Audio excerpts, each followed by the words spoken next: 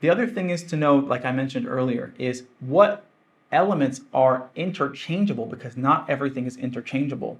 If somebody comes and says, oh, I want to replace strawberries with blueberries, you technically could do it, but from a pricing standpoint would be very hard to do.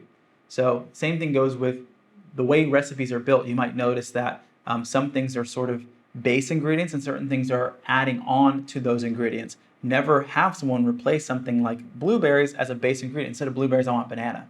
Banana is more of a base ingredient, right? Like I gave that example, instead of apple, I want kale. Apple's a base ingredient, generally speaking. Kale is not.